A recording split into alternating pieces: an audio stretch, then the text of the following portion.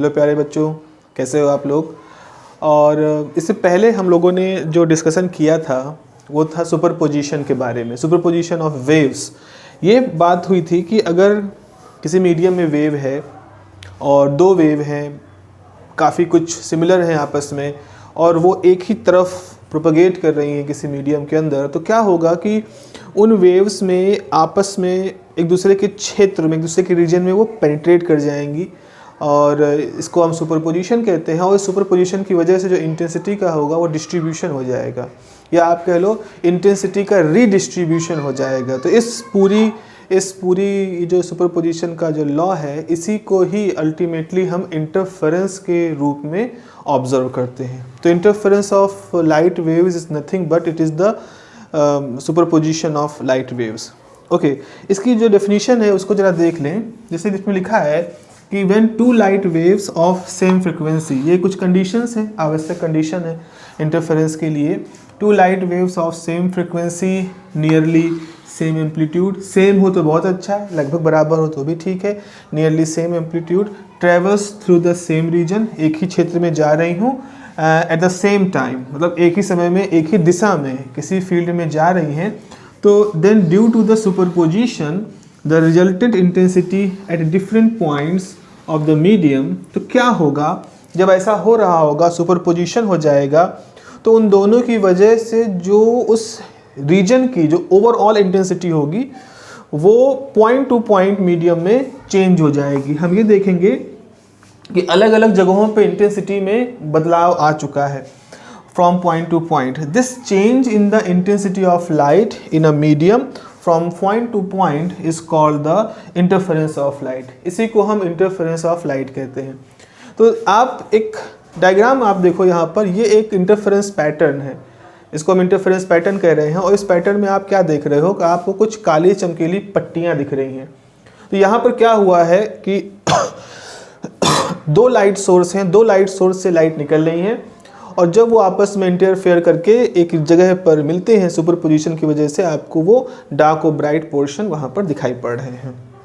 तो इसको हम ऐसे सोच सकते हैं, थोड़ी देर के लिए सोचिए कि जैसे आपके पास ये दीवार है, आपके घर में ये दीवार है, या आपके पास पर्दा है, आपने एक बल्ब यहाँ से लगाया, तो इस बल्ब से रोशनी जो है इस दीवार पे गिर रही है, तो इस दीवार पर इंटेंसिटी कुछ है, कुछ चमक आ गई है, एक यूनिफॉर्म सी चमक, दीवार चमक रही है। अब सोचें कि इंटरफेरेंस कंडीशन को सेटिस्फाई करता हुआ एक और लाइट सोर्स है, उसकी भी इंटेंसिटी जब यहाँ पे गिरेगी तो इंटरफेरेंस घटना कह रही है कि यहाँ पर अब आपको इस तरह से कुछ काली चमकीली पट्टियाँ दिखाई पड़ना शुरू हो जाएंगी। आपको ऐसा दिखेगा कि यहाँ पर काली चमकीली पट्टियाँ बन गई हैं, जैसा कि अभी आपने डायग्राम में देखा वैसे ही कुछ पट्टियाँ आपको दिखेंगी। तो आपको ये दिखेगा कि इस जगह पर कुछ हिस्से हैं जो बहुत चमकीले हैं। जैसे यहाँ पर अगर हम इस तरह से कुछ बनाना चाहें तो हम ये पाएंगे कि कुछ हिस्से हैं, जैसे ये वाला जो हिस्सा है ये बहुत चमकीला है, ऐसे ये हिस्सा है बहुत चमकीला है। तो ऑल्टरनेट तरीके से हमारे पास कुछ बहुत ही चमकीले हिस्से दिखाई पड़ेंगे, और इन चमकीले हिस्सों को हम ब्राइट रीजन कहेंगे, या इसको कहेंगे ब्राइट पट्टी है, ब्राइट फ्रिंज है। और जो ये वाला हिस्सा है इसको हम डार्क फ्रिंज कहेंगे। आइडियली अगर दोनों का एम्पलीट्यूड सेम है, यानी ये दोनों वेव अगर सेम एम्पलीट्यूड के हैं, तो ये जो डार्क हिस्सा होगा ये कम्प्लीटली डार्क होगा, बिल्कुल अंधकार, बिल्कुल परफेक्ट डार्कनेस होगी। और अगर नियरली सेम है तो आप देखोगे कि चमकीले हिस्से की तुलना में वो हिस्से कम चमक वाले हैं। मतलब अगर आप कह रहे हो कि चमकीले हिस्से की इंटेंसिटी 100 है, तो हो सकता है वो कम चमकीले हिस्सों की इंटेंसिटी 2 या 3 या 4 इस वैल्यू की हो। हम रेशियो की बात कर रहे हैं, बहुत कम वहाँ पर लाइट पहुँच रही होगी। तो यहाँ पर क्या हुआ, जो दीवार दुगनी चमक से चमकनी चाहिए वहाँ पर हम देख रहे हैं कि इंटेंसिटी कुछ जगहों पे बहुत ज़्यादा है, कुछ जगहों पर बहुत कम है, इवन जीरो भी हो सकती है। तो इसलिए हम इस रीडिस्ट्रीब्यूशन को ही इंटरफेरेंस कहेंगे। तो what is interference? In simple way, interference is redistribution of light energy. क्यों होता है? Because of the superposition of two light waves. तो अब सवाल यहाँ पर एक उठता है कि घरों में हमने ऐसा नहीं देखा, हमारे पास 2 ट्यूबलाइट हैं, हमने दोनों ट्यूबलाइट जलाया, दीवार पे चमक दुगनी दिख रही है। तो उसका कारण ये होता है कि इंटरफेरेंस ऐसा नहीं है कि किन्हीं भी 2 लाइट सोर्स के साथ आप इसको करा ले जाओ। इसको कराने के लिए आपके लाइट सोर्सेस को कुछ कंडीशन सेटिस्फाई करनी चाहिए, कुछ शर्तों को उसको पालन करना जरूरी है, और उन्हें हम इंटरफेरेंसी कंडीशन कहते हैं, जिसको कि हम आगे देखेंगे। तो फिलहाल यहाँ पर कुछ शर्तें आपने देखा है कि लाइट सोर्स ऐसे हों जिनकी फ्रिक्वेंसी सेम होनी चाहिए, सेम फ्रिक्वेंसी होनी चाहिए, लगभग सेम एम्पलीट्यूड होना चाहिए, सेम एम्पलीट्यूड सेम फेज, ये सभी कंडीशन भी होती हैं। उनमें सुपरपोजिशन हो जाएगा तो डिफरेंट पॉइंट पर इंटेंसिटी का डिस्ट्रीब्यूशन हो जाएगा। तो अगर इतनी बड़ी परिभाषा को हम बिल्कुल शॉर्ट में करना चाहे तो हम इसको एक और तरीके से लिख सकते हैं। मैं यहाँ पे लिख दे रहा हूँ, इसी पूरी घटना को हम एक और तरीके से लिख सकते हैं कि हम ये पाएंगे कि मॉडिफिकेशन हो जाएगा। मॉडिफिकेशन यहाँ पे लिखोगे the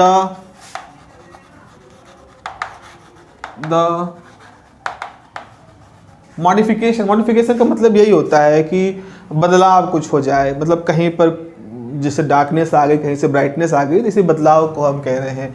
so the modification in the uniform distribution, the modification in the uniform distribution of light intensity, the modification in the uniform distribution of light intensity in a medium, किसी medium में, in a medium due to the superposition, किसके बीच में superposition हो रहा है? Waves के बीच में। तो due to superposition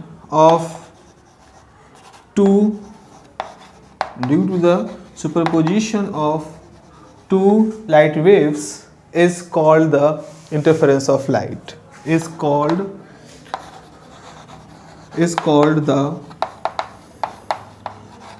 interference of light. इसको हम इंटरफेरेंस ऑफ लाइट कहते हैं। ठीक है, ये इंटरफेरेंस ऑफ लाइट है। अब ये इसकी परिभाषा हो गई। तो यहाँ मॉडिफिकेशन वर्ड को यूज करने का मतलब यही है कि इंटेंसिटी में हम बदलाव देखते हैं। कहीं कहीं इंटेंसिटी जहाँ यूनिफॉर्म होनी चाहिए वहाँ इंटेंसिटी एक तरह से रीडिस्ट्रीब्यूट हो जाती है। तो इसीलिए वर्ड रीडिस्ट्रीब्यूशन भी कई जगहों पर यूज किया जाता है, आप भी यूज कर सकते हैं। चलिए, ये तो हो गया इंटरफेरेंस की परिभाषा और उसको किस तरह से हम लिख सकते हैं अपनी आंसर शीट में, ये वाली बात हो गई है। अब हम अगला जो इसमें टॉपिक पढ़ रहे हैं वो है कि वो प्रयोग, जिस प्रयोग के द्वारा सबसे पहली बार इंटरफेरेंस को एक तरह से स्थापित किया गया था और इंटरफेरेंस के साथ वेव थ्योरी भी इस्टेब्लिश हो गई थी, और थॉमस यंग का वो डबल स्लिट एक्सपेरिमेंट बड़ा ही फेमस एक्सपेरिमेंट माना जाता है। ठीक है, तो अगला हमारा टॉपिक है Young's double slit experiment. Thomas Young's ने परफॉर्म किया था। थॉमस यंग ने 1801 में, आई थिंक 1801 या 2 एक ही था, तो 1801 में थॉमस यंग ने एक एक्सपेरिमेंट परफॉर्म किया था। जरा से समझ लें क्या चर्चा थी। चर्चा ये थी कि ऐसा नहीं कि इंटरफेरेंस पूरी तरह से थॉमस यंग ने पहली बार खोजा था, नहीं, इंटरफेरेंस की जानकारी उससे पहले भी लोगों को थी। बहस का विषय यहाँ पर यह था कि थॉमस यंग के इस प्रयोग से पहले 2 स्कूल थे या 2 मत थे। एक मत न्यूटन का था प्रकाश के बारे में, और एक मत को सपोर्ट करने वाले थे हाइगन। तो न्यूटन का मत ये था कि प्रकाश जो है उसको अगर हम उससे जुड़ी हुई घटनाएं, चाहे रिफ्लेक्शन हो, चाहे रिफ्रैक्शन हो, पार्शियल रिफ्रैक्शन हो, इन सबको अगर हम समझाना चाहते हैं तो हम प्रकाश को पार्टिकल नेचर माने, प्रकाश को कणों से मिलकर बना हुआ माने। उनके हिसाब से प्रकाश छोटे छोटे पार्टिकल से मिलकर बना होता है, प्रकाश कणों से मिलकर बना होता है। लॉजिक ये था कि जैसे अगर हम कैंडल जलाते हैं तो जब कैंडल जलाते हैं तो लगातार कैंडल छोटी होती रहती है जबकि उसमें से प्रकाश निकलता रहता है। तो कुछ हद तक ऐसे तर्क थे कि प्रकाश जो है वो कैंडल के मास को उन कणों के रूप में, प्रकाश के रूप में बाहर फेंक रहा है, और इसलिए मोमबत्ती छोटी होती जा रही है और लगातार लाइट निकलती रहती है। जब मोमबत्ती ख़त्म हो जाती है, जब वो बिल्कुल रिड्यूस कर गई है, तो प्रकाश निकलना बंद हो जाता है, क्योंकि प्रकाश को कणों में बदलने के लिए पर्याप्त अब उसके पास मास नहीं रह गया। ऐसे कुछ तर्क थे जिन तर्कों से प्रकाश के पार्टिकल नेचर को न्यूटन सपोर्ट करते थे। हाइगन उसके खिलाफ, उससे अलग दूसरे विचारधारा के थे जो प्रकाश को ऊर्जा का एक रूप मानते थे और उसको वेव के फॉर्म में वो एक्सप्लेन करते थे, और इसके लिए वो ईथर की थ्योरी को बहुत ज़्यादा सपोर्ट करते थे। अब ईथर भी एक मिस्टीरियस मीडियम उसमें माना गया जो कि पूरे ब्रह्मांड में भरा था, और इस पर काफ़ी फिलॉसफिकल रूप से और कई तरीक़ों से उसमें चर्चा हो रही थी। पर फिलहाल प्रकाश के बारे में ये दो मत थे, एक हाइगन का मत था और एक न्यूटन का मत था, और ये बात है 1700 के शुरुआती समय में, 1600 के ख़त्म होते हुए समय था। काफ़ी समय तक ये चर्चा बनी रही, बहस का विषय बना रहा। 1801 में जब थॉमस यंग एक एक्सपेरिमेंट परफॉर्म करते हैं, तब वो एक बहुत ही ऑथेंटिक तरीके से एक तरह से इस्टेब्लिश कर देते हैं कि नहीं, इंटरफेरेंस की जो घटना है इसको हम तभी समझ सकते हैं जब हम प्रकाश के वेव थ्योरी को, प्रकाश की लाइट की वेव थ्योरी को माने। तो वेव थ्योरी के सपोर्ट में ये बहुत बड़ा प्रयोग था और बहुत इसको सपोर्ट मिला। वेव थ्योरी एक तरह से इस्टेब्लिश हो गई। हाइगन की वेव थ्योरी रही सही, जो कसर थी उसको फ्रेस्नेल ने आगे जाकर के पूरा कर दिया। डिफरेंट टाइप के बेहतरीन किस्म के बाइप्रिज्म, मिरर और कई चीज़ों को एक्सप्लेन करके उन्होंने वेव थ्योरी को पूरी तरह से इस्टेब्लिश कर दिया। तो थॉमस यंग ने इस्टेब्लिशमेंट की शुरुआत की और फ्रेस्नेल ने उस काम को अच्छी तरह से पूरा कर दिया। तो थॉमस यंग की ये जो डबल स्लिट एक्सपेरिमेंट है, ये इसलिए भी महत्वपूर्ण एक्सपेरिमेंट है फिजिक्स में, क्योंकि इसने एक बड़े विवाद को, विवाद ही कह सकते हैं उसको, कि कौन है, लाइट के पास कैसा व्यवहार है, वाट पार्टिकल नेचर के साथ वो सबसे अच्छे से एक्सप्लेन कर सकते हैं या वेव नेचर के साथ एक्सप्लेन कर सकते हैं, इसको उसने एक तरह विराम दिया। कहा नहीं भाई, wave nature is the most suitable explanation, जिससे आप वेव पार्टिकल लाइट के फिनोमेना को एक्सप्लेन कर सकते हैं। तो हमारे पास अगला है topic Young's double slit experiment. Young's double slit experiment. ऐसा एक चीज़ और यहाँ आप समझना जरूरी है कि क्या यंग एकदम से इस तरह के एक्सपेरिमेंट के विचार उनके दिमाग में आया, तो ऐसा नहीं है। तो लिटरेचर है जो कि historical science, history of physics, ये जो ब्रांच है, जो बहुत ही डेवलप ब्रांच हो चुकी है आज की डेट में, जहाँ पर एक बड़ा वर्ग है वैज्ञानिकों का जो इस बात की पड़ताल करता है कि इतिहास में क्या हुआ था। इतिहास हम कई तरह से इतिहास को पढ़ते हैं। हम इतिहास को राज्यों के फैलने के हिसाब से पढ़ते हैं, हम इतिहास को इस तरह से पढ़ते हैं किस देश ने किस दूसरे देश पे कब्जा कर लिया। हम इतिहास को ऐसे पढ़ते हैं कि किन नीतियों के तहत, किन फैसलों के तहत बड़ी बड़ी लड़ाइयाँ लड़ी, इंसानों की बड़े स्तर पर जाने गई। इतिहास का एक पहलू ये भी है जहाँ हम ये पढ़ते हैं कि जो ये वैज्ञानिक समुदाय थे, जो विज्ञान को प्रसार कर रहे थे, विज्ञान का प्रचार कर रहे थे, उसका विकास कर रहे थे, इन लोगों ने विज्ञान को कैसे डेवलप किया। ऐसे ऑल ऑफ सडन रैंडमली कोई उठा और उसने थ्योरी ऑफ रिलेटिविटी दे दी, और ऐसे कोई उठा उसने डबल स्लिट एक्सपेरिमेंट कर दिया, ऐसा मानना थोड़ा सा अविश्वसनीय लगता है। तो क्या था उसके पीछे, विचारों की कौन सी सीरीज चल रही थी जिसके तहत लोग आगे बढ़ रहे थे। तो एक वर्ग ऐसा भी है आज की डेट में, एक ऐसे साइंटिफिक कम्युनिटी है जो कि इस तरह के तथ्यों को हमारे सामने लाता है, और कई बार हमें अपने नॉलेज में जो गैप दिखते हैं उनको पूरा करने के लिए इस तरह के चीज़ें जाननी जरूरी होती हैं। कुछ लोग इसको डिस्करेज करते हैं कि इसकी क्या ज़रूरत है, ये फालतू का है। ये फालतू कुछ नहीं है। जिन लोगों ने इस चीज़ को विकास किया, उनकी विचार की जो वो चेन थी वो कैसे बनी, ये जानना बहुत ज़रूरी है आज के डेट में लोगों को।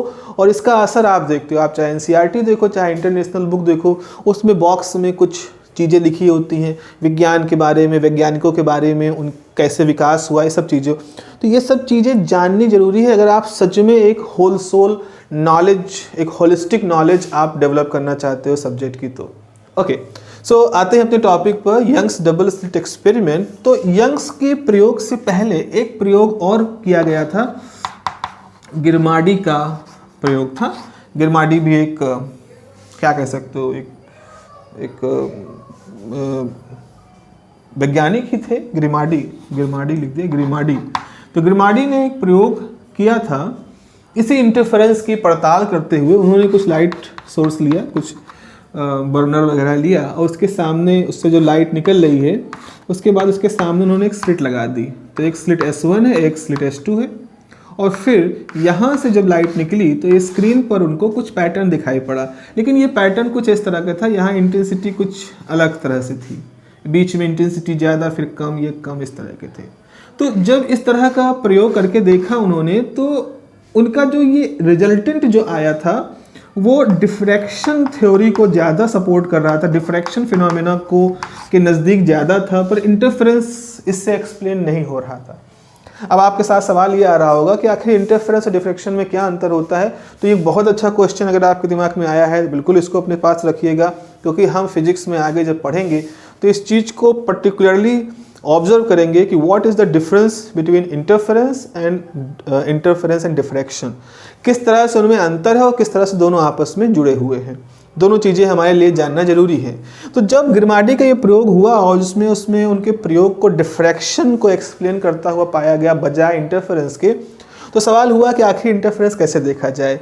अपने प्रयोगों के दौरान थॉमस यंग ने पाया कि अगर हम ये जो लाइट सोर्स ले रहे हैं, चाहे वो बर्नर हो चाहे सनलाइट हो, अगर उसके सामने हम एक स्लिट रखें जिसमें बहुत छोटा सा एक पिन होल करें या एक स्लिट बना दें, बहुत पतली सी झिर्री बना दें, तो इस पतली सी झिर्री से जब प्रकाश निकलेगा तो उसका जो वेव फ्रंट होगा it will be more spherical. उसके बाद आगे फिर हम एक और स्लिट रखें जिसमें दो पिन होल बने हों S1 और S2। फिर जब ये वेव फ्रंट इस पे टकराएगा तो as per Huygens secondary wavelet principal इस दोनों लाइट सोर्स से सेकेंडरी वेवलेट बाहर निकलेंगी, और जब ये बाहर निकलेंगी तो हम पाएंगे कि इनमें एक बहुत ही बेहतर तरीके से फ्रूटफुल तरीके से इंटरफेरेंस हो रहा है। और आप देख रहे हो यहाँ एक पैटर्न बन रहा है और जिसकी वजह से इस स्क्रीन पर इस तरह से काली चमकीली पट्टियाँ आपको बनती हुई दिखाई पड़ेंगी। सबसे खास बात, ये सारी काली चमकीली पट्टियों के बीच की दूरी बराबर होगी और ये पूरी एक रेंज में एक्सटेंडेड होंगी। तो यहाँ पर जो पैटर्न बन रहा था उसमें इसकी चमक ज़्यादा थी, उसके बाद धीरे धीरे जाते हुए चमक कम हो रही थी, लेकिन यहाँ पर इस पूरे पैटर्न की चमक एक समान थी, बिल्कुल परफेक्ट। जितनी इंटेंसिटी इस ब्राइट की उतनी इंटेंसिटी इस ब्राइट की। यहाँ कोई सेंट्रल ब्राइट या सेकेंडरी ब्राइट ऐसी कोई रीजन नहीं थे। तो इस पैटर्न को ऑथेंटिक रूप से इंटरफेरेंस का पैटर्न कहा गया होता है, और इस एक्सपेरिमेंट को फर्स्ट एक्सपेरिमेंट कहा गया जो कि इंटरफेरेंस को सही मायनों में प्रदर्शित करता है। तो ग्रिमाडी का प्रयोग एक तरह से आप कह सकते हो आधार था थॉमस यंग के प्रयोग का। इसमें ऑब्जेक्शन ये था, लोगों ने ऑब्जेक्शन यहाँ ये दिखाया था कि ये जो डिफ्रैक्शन घटना हो रही है इसमें जो स्लिट आपने लिया है, इन स्लिटों के एजेस का रोल आ गया होगा। लोगों ने ये बताया कि स्लिट की जो एजेस हैं उनकी वजह से डिफ्रैक्शन हुआ और उसकी वजह से ये मॉडिफिकेशन हुआ। ऐसे ही ऑब्जेक्शन यहाँ पर भी हुए कि आपने जो स्लिट बनाए हैं पिन होल करके, हो सकता है इनकी एज की शार्पनेस की वजह से ऐसा मॉडिफिकेशन हो गया हो। यानी लोगों ने कहा हो सकता है ये कोई खास तरह का डिफ्रैक्शन ही हो, इंटरफेरेंस ना हो। थॉमस यंग के प्रयोग पर जब आघात हुआ, उस पर हमला किया गया, तो तब तक थॉमस यंग फ्रेस्नेल के साथ कोलैबोरेट कर चुके थे। दोनों तेज दिमाग के लोग कुछ हद तक आपस में विचारों का आदान प्रदान कर चुके थे। तो फ्रेस्नेल ने इस पूरे एक्सपेरिमेंट के सेटअप को एक तरह से कह दो रिपीट किया, एक नया वर्जन निकाला और उन्होंने एक नया डिवाइस डेवलप किया जिसको हम लोग पढ़ेंगे बाइप्रिज्म के रूप में। तो जब बाइप्रिज्म डेवलप करते हैं फ्रेस्नेल तो उसमें कोई स्लिट नहीं बनाते, कोई स्लिट नहीं, कोई झिर्री नहीं, कोई पिन होल नहीं, लेकिन फिर भी इंटरफेरेंस पैटर्न दिखता है। और उसकी थ्योरी बिल्कुल वैसी थी जैसे ये यंग्स एक्सपेरिमेंट की थ्योरी होती है। तो इस तरह से जब वो थ्योरी बाइप्रिज्म का एक्सपेरिमेंट फ्रेस्नेल परफॉर्म करते हैं तो उसके बाद से फिर वेव थ्योरी के ऊपर कोई डाउट नहीं रहता। सभी तरह के डाउट क्लियर हो चुके होते थे। जितने भी विरोधी होते हैं, जितने भी आलोचक होते हैं, उनको जवाब मिल चुका होता है और तब वेव थ्योरी इस्टेब्लिश हो जाती है। तो इस तरह से थॉमस यंग के एक्सपेरिमेंट ने, डबल स्लिट एक्सपेरिमेंट ने क्या किया हमने देखा। उसने एक बड़ी बहस का विराम लगाया, वेव थ्योरी को सपोर्ट किया, उसके फेवर में सबूत इकट्ठा किए। इस पे जब लोगों ने इस पे ऑब्जेक्शन उठाए तो उस ऑब्जेक्शन को रूल आउट करने के लिए उनके मित्र फ्रेस्नेल ने, मित्र कहें या आप कह लो कि उस क्षेत्र में काम करने वाले जो व्यक्ति थे फ्रेस्नेल, उन्होंने उस चीज़ को काउंटर उसका जवाब बनाया और बाइप्रिज्म का एक्सपेरिमेंट परफॉर्म किया। तो ये एक पूरा होल सोल हमारे पास एक व्यू है कैसे एक्सपेरिमेंट परफॉर्म किया। अब हम आपके सामने एक चीज़ और कर सकते हैं कि उस थ्योरी को ज़रा सा रीवर्क करते हैं, वर्कआउट करते हैं जो थॉमस यंग ने प्रपोज की थी, इस एक्सपेरिमेंट को मैथमेटिकली परफॉर्म किया था, कैसे सॉल्व किया था, उसको करेंगे तो हमें कुछ बड़ी अच्छी चीज़ें मिलेंगी। पहली बात तो हमें जो डार्क और ब्राइट फ्रिंज मिल रही है इनका एक मैथमेटिकल फॉर्म मिलेगा।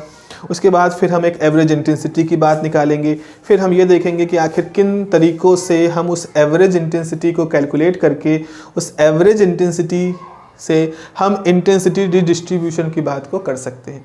तो अगला जो हमारा सेक्शन है it will be more mathematical, जहाँ हम मैथमेटिक्स करेंगे और मैथमेटिक्स के बीच से उन चीज़ों को निकालेंगे जो कि हमारे लिए थोड़ा सा मतलब एक तरह से कह सकते हो इस पूरे फिनोमेना को और गहराई से देखने का हमारा एक टूल होगा।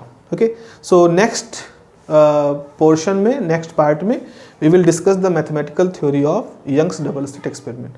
तो till then take care of yourself, have a nice day, thank you.